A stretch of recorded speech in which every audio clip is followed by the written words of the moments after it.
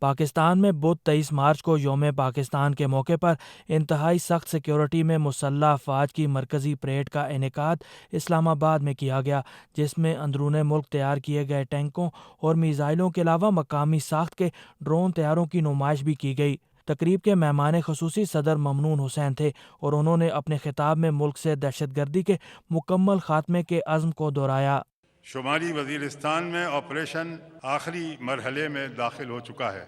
میں آپ کو خوشخبری دیتا ہوں کہ یہ علاقہ بہت جلد دہشت گردوں سے پاک ہو جائے گا انشاءاللہ، لیکن ہماری منزل پورے پاکستان سے بدامنی اور دہشت گردی کا خاتمہ ہے۔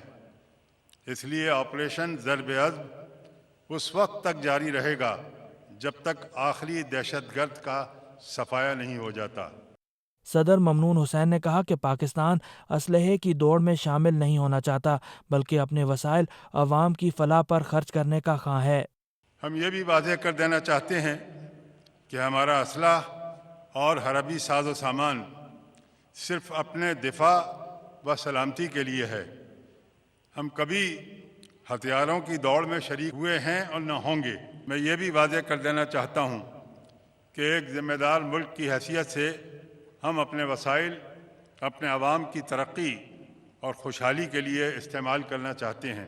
ہماری ایٹمی صلاحیت کو بھی اسی تناظر میں دیکھا جائے۔ ان معاملات میں پاکستان پر تنقید بلا جواز ہے۔ انہوں نے اس موقع پر کہا کہ پاکستان دنیا کے تمام ممالک سے اچھے تعلقات چاہتا ہے۔ ایک امن پسند ملک کی حیثیت سے پاکستان دنیا کے تمام ممالک بالخصوص اپنے ہمسایہ ملکوں کے ساتھ دوستانہ تعلقات کا خواہش مند ہے۔ صدر ممنون حسین، وزیر اعظم نواز شریف، ملک کی تینوں مسلح افواج کے سربراہان سمیت غیر ملکی مہمانوں کی ایک بڑی تعداد نے بھی اس تقریب میں شرکت کی۔ محمد اشتیاق، وائس آف امریکہ، اسلام آباد۔